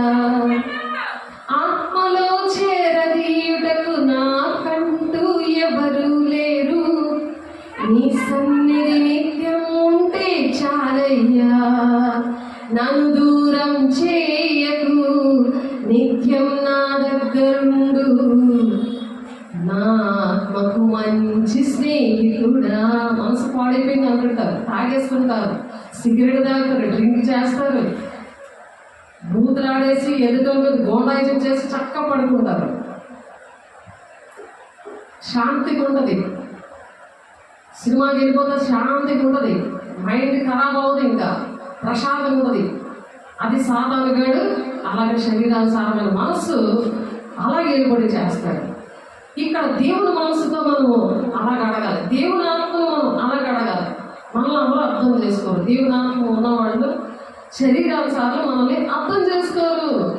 అందుకని దేవునితో ఇక్కడ రోమ పత్రికలో పౌలు గారు మాట్లాడుతున్నారు ఏంటిది? యాలైనగా శరీరానుసారం మనసు దేవునికి విరోధమైంది. దేవునికి విరోధమైంది అన్నప్పుడు మనకు కూడా విరోధంగా ఉంటారు. అప్పటికప్పుడే వాళ్ళకి ఏదైనా కావాలంటే చాలా ప్రేమగా మాట్లాడతారు, తర్వాత అంతే ఫోన్ కూడా కట్ చేసేస్తారు. నీకు అన్నీ చేస్తాను, నీతో వస్తాను, నీతో ఉంటాను, నీకు ఇది చేసి పెడతానని ఫోన్ కట్ చేస్తారు. ఫోన్ చేసే ఎంతలు విరోధమైన మనసు, శరీరానుసారమైన మనసు దేవుని బిడ్డ అది నరకానికి దారితీస్తుంది. ఏదైనా శరీరానుసారమైన మనసు దేవునికి విరోధమైంది, అది దేవుని ధర్మశాస్త్రం లోబడద్దు అని కన్ఫర్మ్ చేశాడు దేవుడే. ఆ లోబడరు, వాక్యం చెప్పినా లోబడరు. కానీ హెస్కేల్ 2:4-11 వాళ్ళు తిరుగుబాటు చేసే జనాంగం కాబట్టి వాళ్ళు విన్నా వినకపోయి నువ్వు చెప్పే అని చెప్తున్నాడు. ఆయన హెస్కేల్తో చెప్తున్నాడు. అలా మనతో కూడా మాట్లాడుతున్నాడు. దేవుని ధర్మశాస్త్రం లోబడదు, ఏమాత్రంలో లోబడనేరదు. కాగా శరీర స్వభావం గలవారు దేవుని సంతోషపరచనేరరు. ఆ సంతోషపెట్టరు. దేవుని ఆత్మ ఉన్న వాళ్ళని సంతోషపెట్టరు. దేవుణ్ణే సంతోషపెట్టలేనప్పుడు మనల్ని దేవుని ఆత్మతో ఉన్న వాళ్ళు సంతోషపెట్టలేరు కదా. అందుకనే యెహోవా ఆజ్ఞలు గైకున్నప్పుడట ఆయనలో మనం ఆనందించగలం. అది ధన్యత్వం అన్నమాట. కీర్తనకారుడు అది ప్రాక్టికల్గా అనుభవించి ఆయన చెప్తున్నాడు. ఆయన ఆజ్ఞలు బట్టి అధికముగా ఆనందించేవాడు ధన్యుడు. ఆయన ఆజ్ఞలు బట్టి ఆయన ఏ మాటలు చెప్పాడు ఆ మాటలు వింటేనే కొరతలేని ఆత్మ వస్తుంది, లేకపోతే రాదు. అది ఎక్కడుంది? ఆ యోహాను 3వ అధ్యాయంలో ఉంటుంది. చూడండి, కొరతలేని ఆత్మ దేవుని మాటలు విన్నప్పుడు. మనం చాలాసార్లు చెప్పుకున్నాము ఆ మాటలు. యోహాను రాసిన 3వ అధ్యాయంలో ఏలైనగా దేవుడు తను పంపిన వానికి కొరత లేకుండా ఆత్మను అనుగ్రహించిన కనుక ఆయన దేవుడి మాటలే పలుకును. దేవుడి మాటలే వస్తాయి మన నోట్లో నుంచి. ఈ శరీరానుసారంగా మాట వస్తూ ఉంటుంది. ఎందుకంటే దుష్టుడు ఉంటాడు కదా వాళ్ళు. ఆత్మానుసారంగా మనం మాట్లాడుతున్నావు, దేవుడి మాటలు చెప్తున్నా మంట వస్తుంటుంది, జలసి వస్తుంటుంది. మనకి విరోధంగా అందుకే ఉంటారు. దేవుడికి విరోధంగా ఉంటారు, మనకి కూడా విరోధంగానే ఉంటారు. మరి ధర్మశాస్త్రంలో వాళ్ళు అబద్ధమును జరిగించి అబద్ధములు ప్రేమించి జరిగించేవాడు మండు అగ్నిగుండంలో పడిపోతాడని ఉంటే అబద్ధాలు ఆడుతారు. రోజుకి 100 పైనే ఆడేస్తారు.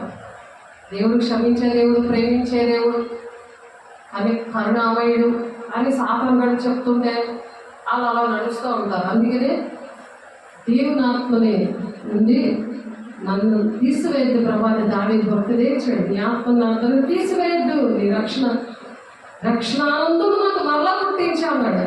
ఆ ఆనందం అన్నది మనకి మరలా అలా కొరతలేని ఆత్మతో నింపబడాలి అంటే ఆయన పంపించాడు. మనల్ని కొరతలేని ఆత్మతో నింపాడు ఆయన. మనం అలాగా ఆయనతో ఉండాలని ఆశపడి ఈ మాటలు చెప్తున్నారు.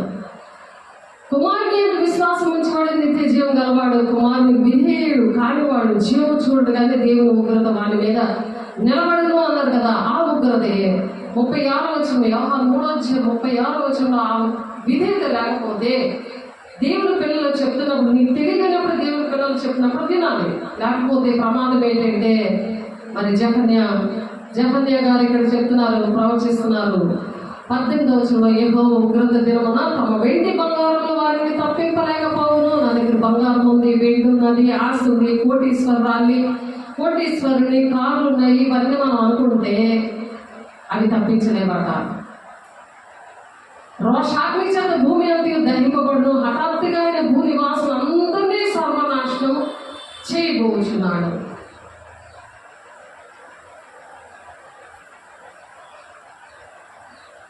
అది రాకముందే మనం కొరతలేని ఆత్మతో నింపబడాలి. అందుకే పౌలు గారు మరి రోమీయులకు రాసిన పత్రికలో చెప్తున్నారంటే, దేవుని ఆత్మ మీలో నివసించిన ఎడల మీరు ఆత్మ స్వభావం గలవారే కానీ శరీర స్వభావం గలవారు కాదు, పరిశుద్ధాత్మను అందుకే పొందుకోవాలి. శరీర స్వభావం పోతుంది, ఆత్మానుసారంగా నడుస్తారు, ధర్మశాస్త్రం లోబడతారు. శరీర స్వభావం గలవారు కారు, ఆత్మస్వభావం గలవారే కానీ శరీర స్వభావం గలవారు కారు. ఎవడైనా క్రీస్తు ఆత్మ లేని వాడైతే నా వాడు కాడు అని కల్పన చేశాడు దేవుడే. వాడు దేవుడు మనిషి కాదు. అలాగప్పుడు నీ మనిషి ఎలాగవుతారు? నువ్వు వాళ్ళ మీద నువ్వు ఎలాగ ఆధారపడతావు? వాళ్ళ క్రియలు చొప్పున తెలుస్తుంది కదా, వాక్యానికి లోబడరు, వాళ్ళ దేవుడు విరోధంగా ఉంటారు. మరి దేవుని ఆత్మతో ఉన్న వాళ్ళని కూడా వాళ్ళు ఇష్టపడరు, వాళ్ళు మాట వినరు. క్రీస్తు మీలో ఉన్న ఎడల మీ శరీరం పాప విషయమే మృతమైనది కానీ మీ ఆత్మ నీతి విషయమే జీవం కలిగి ఉన్నది. వాళ్ళ ఆరోగ్యంగా ఉంటారు, కొరతలేని ఆత్మతో మరి గురి ఎత్తుగా పరిగెడతారు. మరి ఎటువంటి శ్రమ వచ్చినా నిలబడతారు. శ్రమైన, ఖడ్గమైన, హింస అయిన, ఉపద్రవమైన నీ ప్రేమ నుండి ఎడబాపనని పౌలు అందుకే చెప్తారు. మృతుల్లో నుండి యేసుని లేపిన వారి ఆత్మ మీలో నివసించిన ఎడల మృతుల్లో నుండి క్రీస్తు యేసుని లేపినవాడు చావునకు లోనైన మీ శరీరములను కూడా మీలో నివసించుచున్న తన ఆత్మ ద్వారా జీవింప చేస్తాడట. చనిపోయినా సరే బ్రతుకుతారనమాట.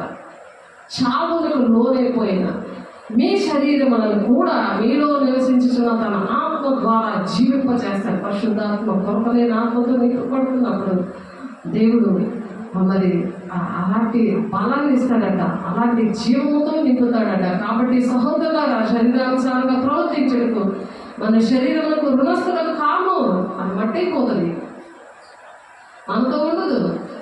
మీరు శరీరానుసారంగా ప్రవర్తించిన ఎడల చావవలసిన వారే ఎందురు కానీ ఆత్మచేత శరీర క్రియలను చంపిన ఎడల జీవిస్తారు. నీతో నేను ఉంటానయ్యా అని పాడుతున్నాం కదా. ఆయనతో ఉండాలంటే శరీర క్రియలన్నింటినీ కూడా చంపాలి,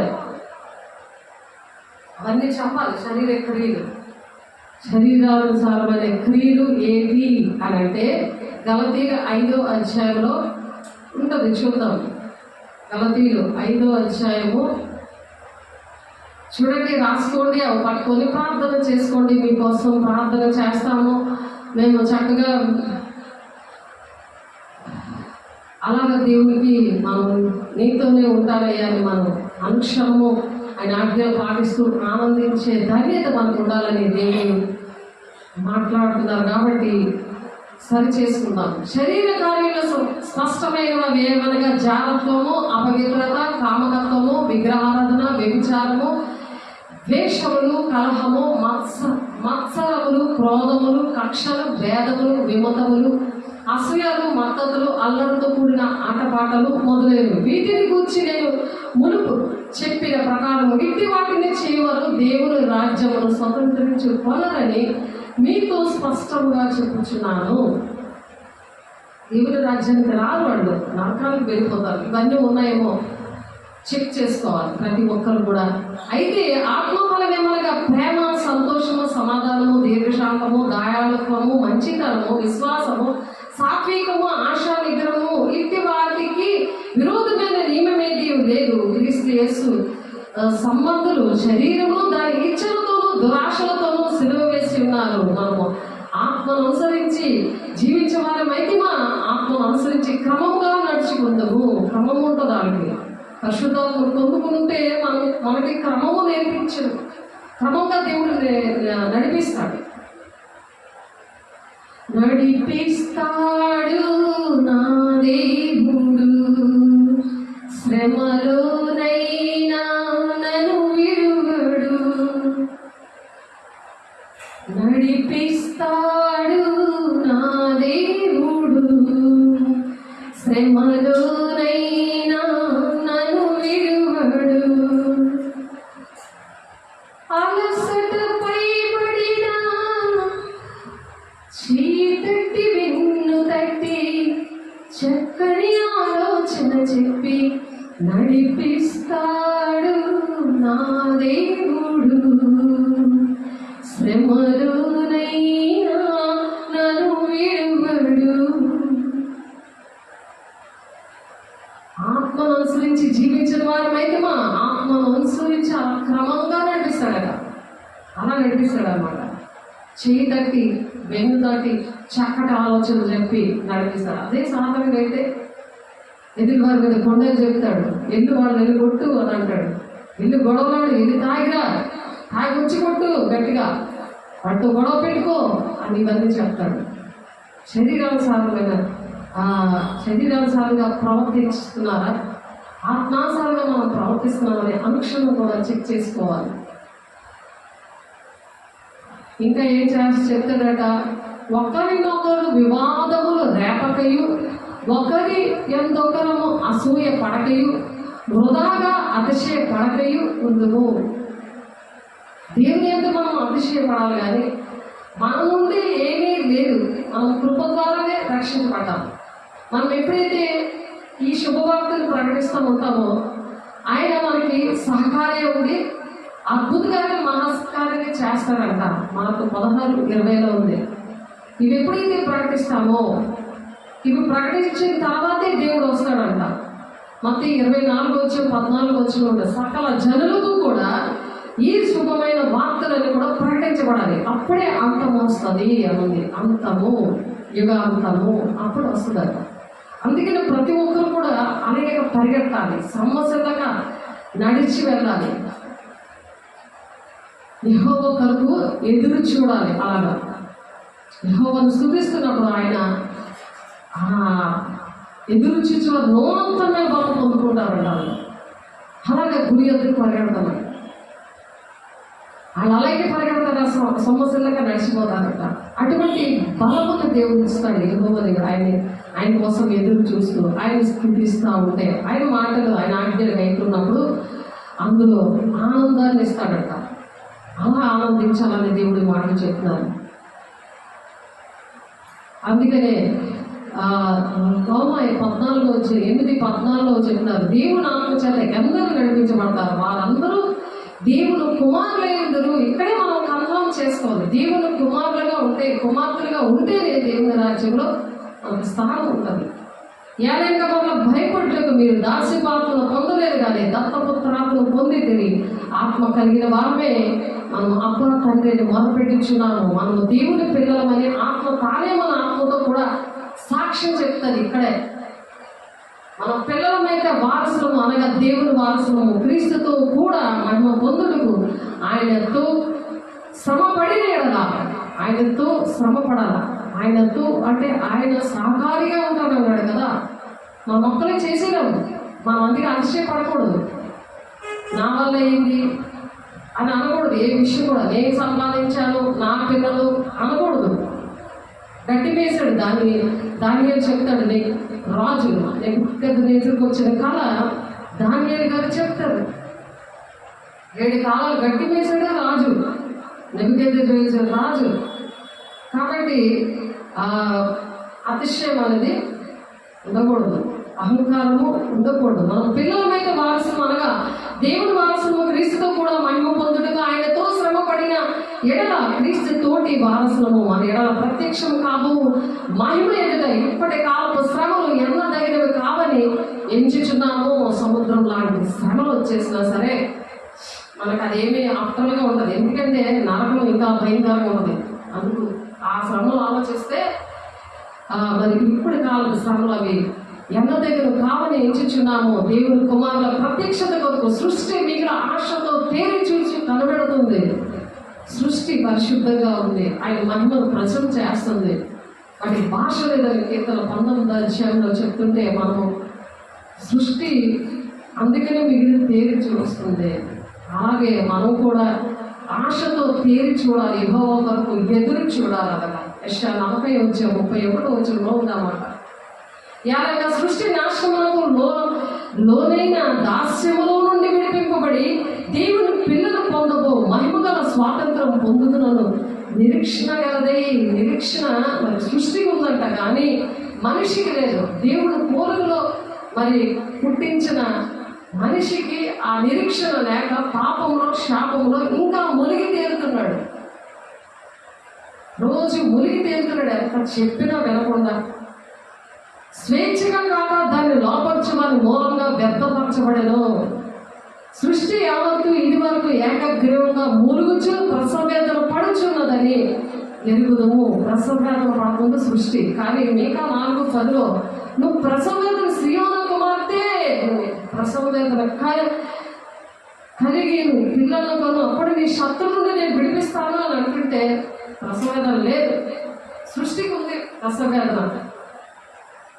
ఆలోచించండి. సృష్టి యావత్తు ఇదివరకు ఏకగ్రీవంగా మూలుగుచు ప్రసవేదన పడుచున్నదని ఎరుగుదము. అంతేకాదు ఆత్మిక ప్రథమ ఫలములను నొందిన మనము కూడా దత్తపుత్రాత్మ కొరకు అనగా మన దేహం యొక్క విమోచనము కొరకు కనిపెట్టించి మనలో మనం మూలుగుచున్నాము.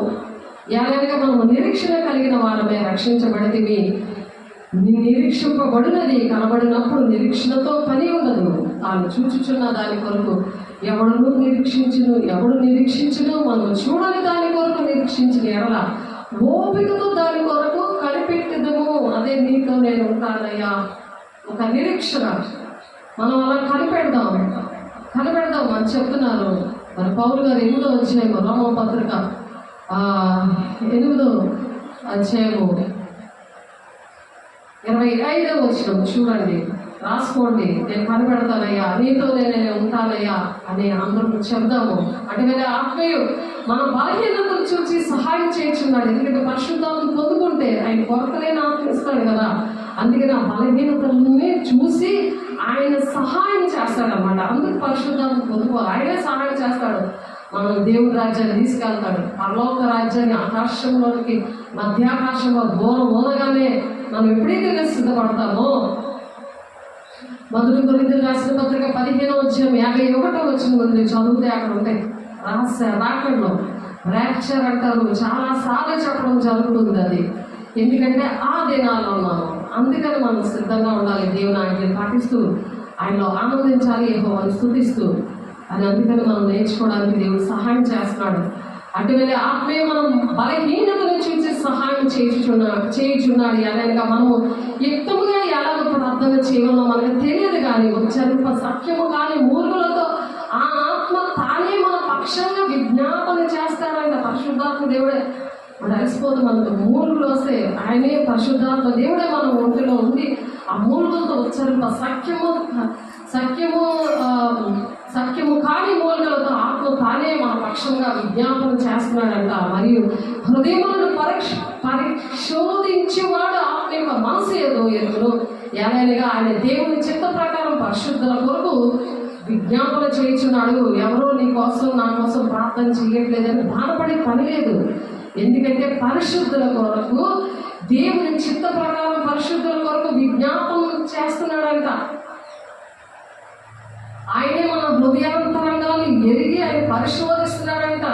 పరిశుద్ధపరచడానికి కళల ద్వారా, దర్శనం ద్వారా, స్వరం ద్వారా, వాక్యం ద్వారా, సేవల ద్వారా గద్దించి బుద్ధి చెప్పి శిక్ష కూడా వేయమన్నారు దైవావేశము వలన. అందుకు ఆ విధంగా పరిశోధించి మాట్లాడతాడు అనమాట. ఆ హృదయంలో ఏదుందో అది తీయడాలి. వాక్య స్వరూపైన దేవుడు శరీరధారిగా మన మధ్య నివసిస్తున్నాడు. ఇప్పుడు ఆయన మమ్మల్ని మధ్యలో మనతో మాట్లాడుతున్నాడు. అది రెండంచులుగా వాడి అయిన ఖడ్గము మిమ్మల్ని నన్ను కూడా అది ఛేదించి పరిశోధిస్తుందట. మన హృదయములను పరిశోధించేవాడు ఆత్మీయ మనసు ఏదో ఎరుగులు ఎరగా ఆయన దేవుని చిత్త ప్రకారం పరిశుద్ధుల కొరకు విజ్ఞాపన చేయించున్నాడు. దేవుని ప్రేమించే వారికి అనగా ఆయన సంకల్పము చెప్పున పిలువబడిన వారికి మేలు కలుగుడికే సమస్తము సమకూడి జరుగుతాయి. మనం ఎరుగుదము ఈ వాగ్దానం దేవుడు ఇచ్చారు. నాకు నా పిల్లలు కూడా, నా ఆత్మీయ పిల్లలు కూడా అది ఇచ్చారు. ఎందుకంటే ఒక దర్శనం పిలుపు సేవకులు ఉందంటే అది ఎవరైతే సేవకులు వెంబడిస్తారో వాళ్ళందరికీ కూడా ఆ అభిషేకము, ఆ వాగ్దానాలు అన్నీ కూడా వాళ్ళకి కూడా వెళ్ళిపోతాయి. వాళ్ళు వెంబడించినప్పుడు, వాళ్ళ మాట విన్నప్పుడు వెళ్తాయి. కాబట్టి పిలువబడిన వారికి మేలు కలిగే సమస్తము సమకూడి జరుగుతున్నది ఎరుగుదాం. ఎందుకనగా తన కుమారుడు అనేక సహోదరుల జ్యేష్ఠుడవునట్లు దేవుడు ఎవరికి ముందుగా ఎరిగిన వారిని తన కుమారుడితో స్వారూప్యం గలవారుడు వారిని ముందుగా నిర్ణయించాడట. దేవుని స్వారూప్యం రావడానికి ముందుగానే ఆ దేవుడి పిల్లల్ని సెలెక్ట్ చేసుకున్నాడు, ఆయన నిర్ణయించుకున్నాడంట ముందుగా. మరి ఎవరిని ముందుగా నిర్ణయించిన వారిని పిలిచాడు ప్రజల కోసం. ఎవరైతే ఆ భారము, ఇటువంటి ఉగ్రత, ఒకరినొకరు వాదన వాదించుకుంటారు, అలా రేపుతూ ఉంటారు, ఒకరి ఒకరు అసూయపడుతూ ఉంటారు, వృధాగా అతిశయపడుతుంటారు, మరి అహంకారంగా మరి క్రీస్తు సంబంధులు శరీరం దాని ఇచ్చాలు దురాశల్లో సిరివేసినట్టుంటారు. ఇటువంటి వాళ్ళందరి కోసం కూడా ఆ విరోధమైన భావము ఉన్న వాళ్ళకి మరి దేవుడు మాటలు నేర్పించడానికి, వాళ్ళ కోసం ప్రార్థన చేయడానికి ముందుగానే నిర్ణయించుకుంటాడంట.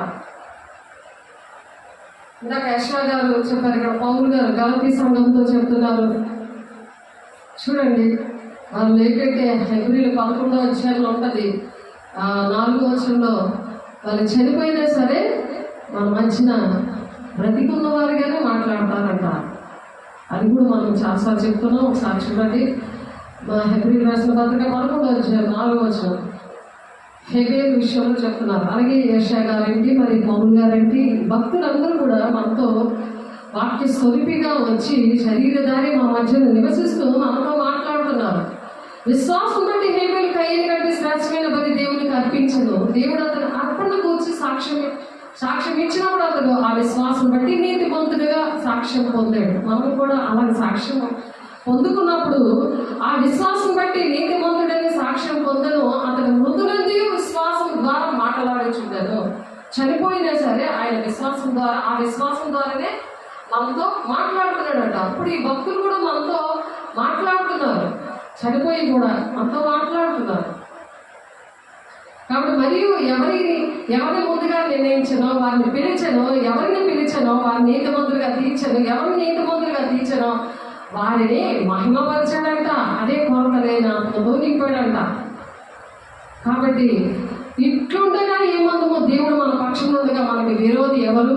మనం భయపడే పని ఉండదు. ఇంకా నీతిమంతులు సింహంలాగా ధైర్యంగా ఉంటారని దేవుడు మాటలు చెప్తున్నారు. తన సొంత కుమార్ని అనుగ్రహించడం వినితీయగా మన అందరి కొరకు ఆయనను అప్పగించిన వాడు, ఆయనతో పాటు సమస్తము మనకు ఎందుకు అనుగ్రహించాడు? దేవుడు తన సొంత కుమారుని మన కోసము ఆ బలియాగము ఇచ్చినప్పుడు మనకు ఎందుకు అనుగ్రహిస్తాం?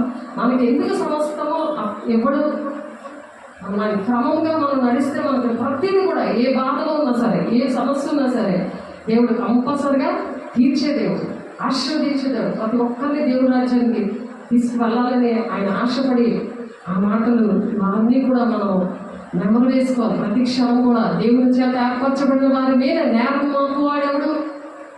నేరం మోపలేరు. నీతి మంతులుగా తీర్చేవాడు దేవుడే. దేవుడు తీరుస్తాడు.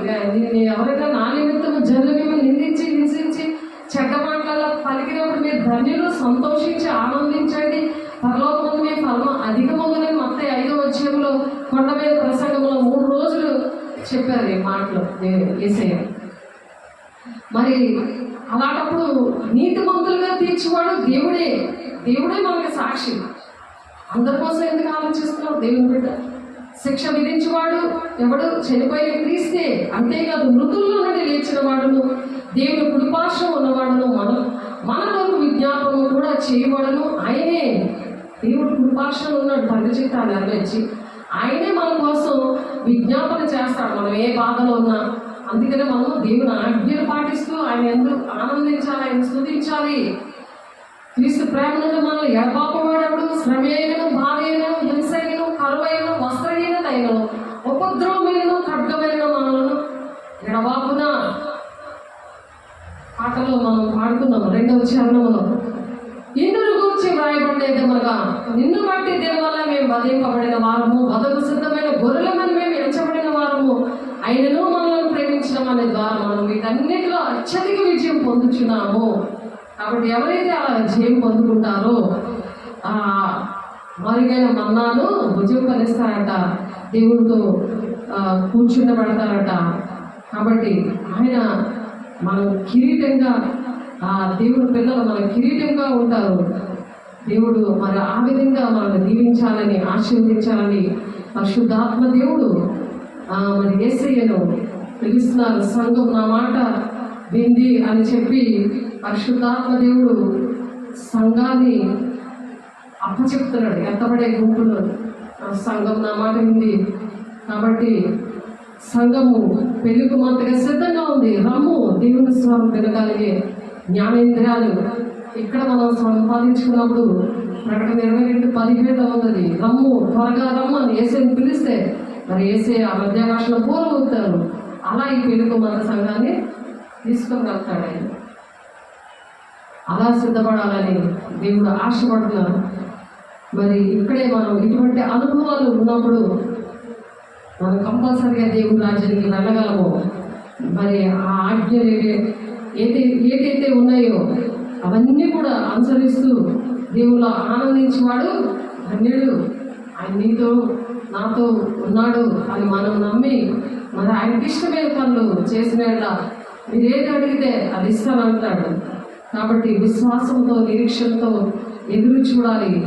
విశ్వాసం లేకుండా దేవుడికి ఇష్టమైన అసాధ్యం. కాబట్టి దేవుని యొద్దకు వచ్చేవాడు ఆయన ఉన్నాడని, తను వెతుకు వారికి ఫలము దయచేయవాడని మనము నమ్మాలి. ఎవరి 11 వచ్చే 6వ వచనంలో ఉంటుంది. మనం నమ్మాలన్నమాట.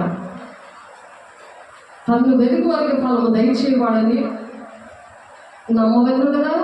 విశ్వాసం బట్టి నోవాహు అది వరకు చూడని సంగతుల గురించి దేవుని చేత హెచ్చరింపబడి భయభక్తులుగా వాడే తన ఇంటి వారి రక్షణ కొరకు ఒక ఓడను సిద్ధపరిచాడు నోవాహు. అందువలన అతడు లోకం మీద నేర స్థాపన చేసి విశ్వాసం బట్టి కలుగు నీతికి వారసుడయ్యాడు. మరి మనకి పనప్ప చెప్పారు. అవి మనం గమనించాలి. అబ్రహాం పిలువబడినప్పుడు విశ్వాసం బట్టి ఆ పిలుపులకు లోబడి తాను స్వార్థంగా పొందనైన ప్రదేశంకు బయలు వెళ్ళాడు. మరియు ఎక్కడికి వెళ్ళగలమో అది ఎరుగక బయలుదేరాడు. నాకు దర్శనం అదే. ఎక్కడికి వెళ్ళాలో విజయనగరం వెళ్ళమన్నాడు ఆయన. వైజాగ్లో ఉన్న మనిషి భీమిలో మరి బైబిల్ కాలేజీలో చదువుకుంటున్నప్పుడు అప్పుడు దేవుడు మాట్లాడాడు. అప్పటికే డాక్యుమెంట్లో నాకు అప్రెంటిస్షిప్ చేస్తే కాల్ లెటర్ వచ్చింది. పెళ్ళి అవగానే కాల్ లెటర్ వచ్చింది. మరి ఆషాఢ మాసం అనుకుని నాకు విజయనగరం తీసుకొచ్చారు మా అమ్మోళ్ళు. మరి వెంటనే అక్కడ నుండి పెళ్ళి అవగానే పాప కడుపులో పడిపోయింది. మరి అక్కడ నుంచి సేవ స్టార్ట్ అయిపోయింది నాకు. మరి అప్రెంటిస్షిప్ 1 year అయిపోయింది. మరి జాబ్ కూడా మరి రెడీగా ఉంది. ఇంతంతా విడిచిపెట్టి మరి పాప పుట్టిన తర్వాత కూడా మరి ఏకాంతంలో 60 రోజులు ప్రార్థనలో ఉండి దేవుడు అభిషేకించి ఆ విధంగా విజయనగరం తీసుకొచ్చి దేవుడు విజయనగరం వచ్చినప్పుడు ఎక్కడికి వెళ్ళాలో ఏంటో ఏమీ తెలియదు. నిత్యంగా నా తోడు, నేను నిత్యంగా నేను వర్తింపజేస్తాను, నిత్యంగా నేను ఆశీర్వదిస్తాను అని దేవుడు వాగ్దానం మీద మరి పేదలకు సుగంధమని ప్రకటించడానికి నేను అభిషేకించాను. చెరలో ఉన్న వాళ్ళు, బంధకాలు ఉన్న వాళ్ళు విడిపించడానికి నేను అభిషేకించాలని, ఏ స్థితిలో అయితే నా భర్త మరి పడిపోయి మరి ఆ చెడుపులు చిల్లలు ఆ త్రాగుడు మరి చెడు వ్యసనాలతో పడిపోయిన మనిషిని దేవుడు ఆ ఏకాంత ప్రార్థనలో దేవుడు విడిపించాడు. అక్కడ నన్ను అభిషేకించిన వరాలు ఇచ్చాడు. కానీ అది ప్రాక్టికల్గా మరి అక్కడ ఆన్ అయ్యి మరి ఎప్పుడైతే దర్శనం మరి జోలగుడి రావడం అయిందో అలాంటి మాస్ ఏరియాలో 8 ఏరియాల్లో దేవుడు వాడుకొని దేవుడు తండ్రి చిత్తాన్ని ఆ విధంగా నెరవేర్చడానికి దేవుడు సహాయం చేశారు.